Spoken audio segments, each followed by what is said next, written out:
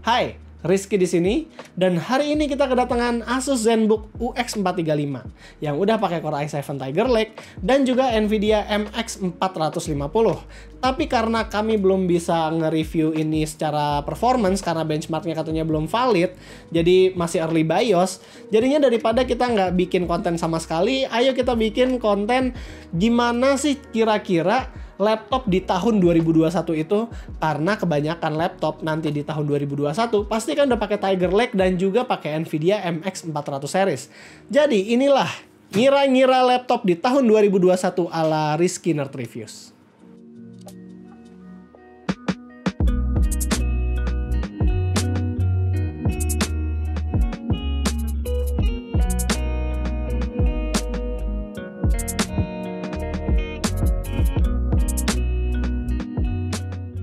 Nah, kalau waktu itu Mike pernah membuat seri Nerd to the Future, mungkin video ini nggak akan selengkap dan sejauh itu. Tapi hari ini gue mau ngajak kalian buat mengira-ngira teknologi apa lagi yang akan dikembangkan oleh para brand untuk membuat laptop di tahun 2021.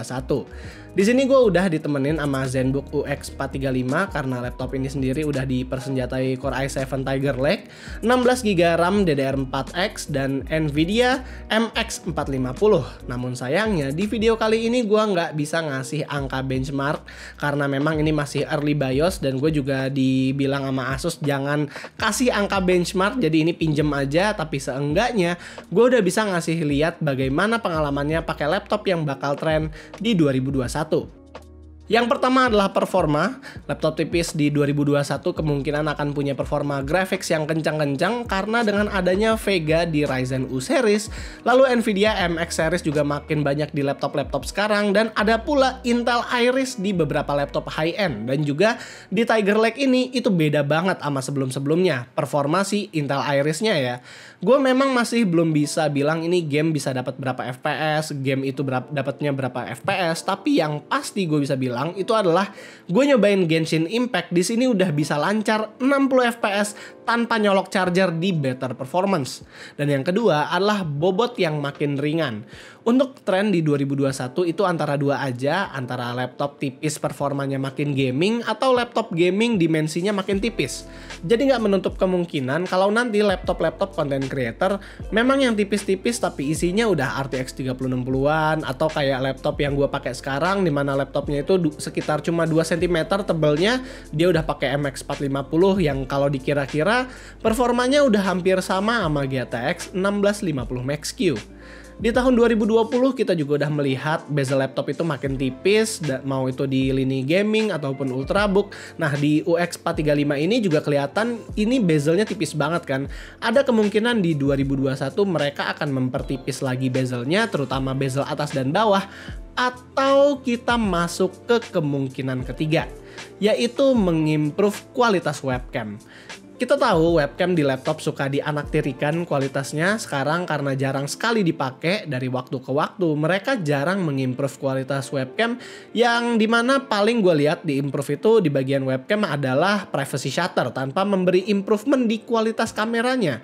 Dengan adanya pandemi di mana kita harus bekerja di rumah, ada pula dengan yang bekerja jarak jauh, kemungkinan kualitas webcam ini akan diimprove juga ke depannya, seenggaknya ke 1080p lah kameranya, agar bisa konkol mau lagi di jalan atau dimanapun kita berada dengan kualitas yang ya seenggaknya lumayan kece juga lah.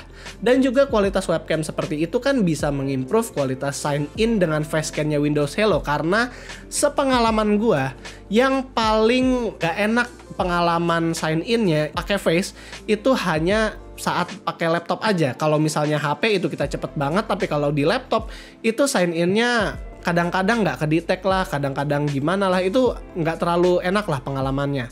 Yang keempat adalah standby, itu kita makin cepat. Kita tahu sekarang di 2020 laptop udah pada SSD semua, bahkan sampai ke laptop di harga 5 jutaan juga udah ada SSD, NVMe semua lagi. Nah itu artinya tiap laptop sekarang udah bisa ditutup dibuka dengan fleksibel, nggak harus shutdown dulu dan lain-lain kan.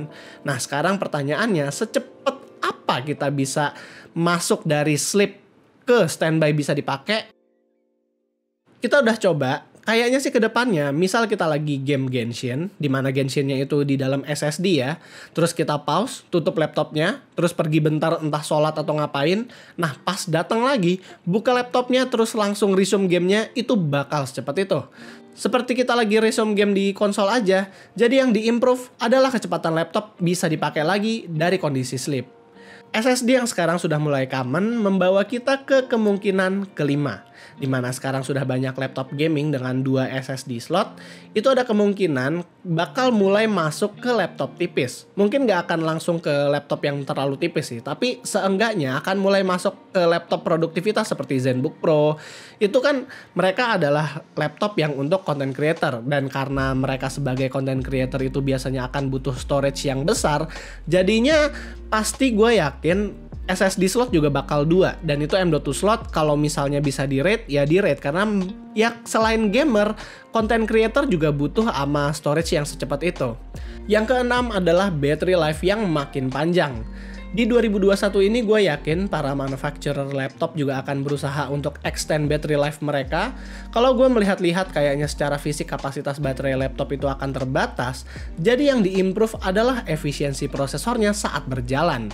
Jadi seperti UX 435 ini aja, dia udah bisa sampai 12 jam pemakaian ringan, bahkan dengan kapasitas baterai yang masih kecil. Yang ketujuh adalah charging dengan USB Type-C akan makin common. Kita juga udah melihat power delivery dari USB-C itu udah gede sekarang, ada yang udah sampai 65 watt, bahkan rencananya sampai 90 watt. Jadi jangan heran kalau nanti laptop tipis semuanya udah pakai USB-C semua casnya, karena selain hemat port, cas pakai USB-C itu adapternya bakal lebih kecil biasanya ya, bakal lebih kecil daripada adapter yang biasa. Yang kedelapan atau bisa dibilang yang terakhir itu adalah Thunderbolt 4. Banyak juga ya listnya ternyata. Dengan adanya Thunderbolt 4 yang mempunyai bandwidth lebih tinggi, ini membuka peluang bagi content creator yang memakai iGPU buat workflow-nya untuk bisa lebih efektif lagi menggunakan iGPU-nya tersebut. Karena nanti ke depannya iGPU akan lebih efektif lagi pemakaiannya dengan bandwidth yang lebih tinggi juga. Dan jadi itulah prediksi kita atas laptop-laptop yang mungkin akan rilis di tahun 2021. Kalau dari gue sendiri, gue suka banget kalau misalnya laptop yang di tahun 2021 itu bisa punya speaker yang bagus-bagus, karena sering banget kita ketemu laptop yang kadang udah mahal, tapi dia tipis, terus dia kadang-kadang suaranya itu cempreng speakernya. Jadi kalau misalnya bisa ya, kita pengen banget ada, kayak waktu itu ada laptop yang tipis, harganya nggak mahal, dia tipis, tapi suaranya bisa bagus, suara dari speakernya. Dan kita pengennya sih kalau bisa laptop-laptop yang nanti akan rilis di tahun 2021 itu mengimplementasikan teknologi tersebut di semua lininya. Karena nggak enak banget kalau dengerin laptop ada yang speakernya cempreng dan itu harganya udah mahal, itu nggak enak banget. Terutama dari brand-brand gede tuh, Asus termasuk lah. Cuman untungnya Asus dia masih care sama speaker, karena dia kalau misalnya downfiring sekalipun speakernya masih bagus walaupun di laptop tipis. Nah, terus kalau misalnya dari editor gue sendiri, tadi gue nanya si Najib, dia bilang katanya kalau misalnya laptop tipis dan performa bagus itu juga dia butuh banget, karena kalau misalnya nanti dia lagi ngedit terus lagi kayak segala macem itu di dalam Ultrabook kan sekarang udah bisa dipakai ngedit video kan.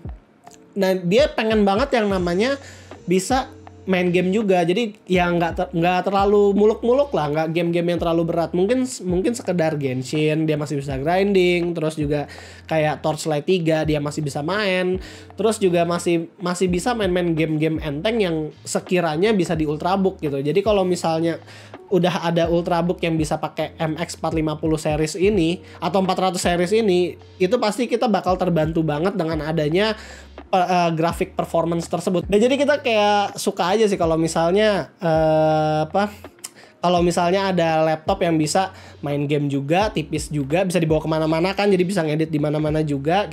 Kita sendiri sebagai media yang bikin video terus kan pengen juga punya laptop tipis tapi bisa ngedit video di mana-mana. Terus juga bisa dipakai main game dan juga mungkin punya storage yang lumayan gede ya, 1 TB lah. Kalau misalnya kalian suka dengan video yang ngira-ngira seperti ini, mungkin kita akan bikin lagi entah tentang PC, entah tentang smartphone dan lain-lain. Kalian bisa komentar aja di bawah pengennya kayak gimana. Mumpung lagi akhir tahun juga. Dan apalagi ya? Oh iya, stay safe.